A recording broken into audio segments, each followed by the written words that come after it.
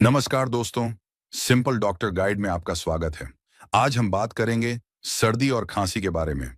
सर्दी खांसी होने के सामान्य कारण वायरल इन्फेक्शन, मौसम बदलना, ठंडी हवा, कमजोर इम्यूनिटी। सर्दी खांसी में क्या करें? गुनगुना पानी पिएं, भाप लें, हल्का गर्म भोजन करें, आराम करें। अगर खांसी 7 दिन से ज्यादा रहे या सांस लेने में दिक्कत हो या बुखार बहुत ज्यादा हो तो डॉक्टर से सलाह जरूर लें। ये वीडियो केवल जानकारी के लिए है। इलाज के लिए डॉक्टर की सलाह जरूरी है।